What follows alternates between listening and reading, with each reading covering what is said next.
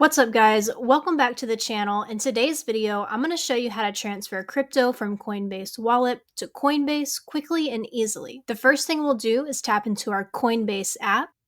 Here we're going to get our wallet address, so we'll tap on transfer at the bottom. Next we'll tap receive. I'm going to transfer Bitcoin, so I'll tap the top option, Bitcoin default. On the next screen, you'll be able to copy your address. Go ahead and copy it here, and then we're going to go to the Coinbase Wallet app. When you're in this app, we'll tap on the double arrows in the bottom. Next, we'll type the amount that we want to send. I'm just going to send $1. I'm going to make sure that I'm transferring Bitcoin because that's the wallet address that I grabbed. And then I'll tap on send. Here you can paste the address that you grabbed before, or if you've already sent something to that address, it'll be saved here. When you've selected your address, you'll be brought to a verification screen. Tap on yes, and then it'll show you a preview of your order.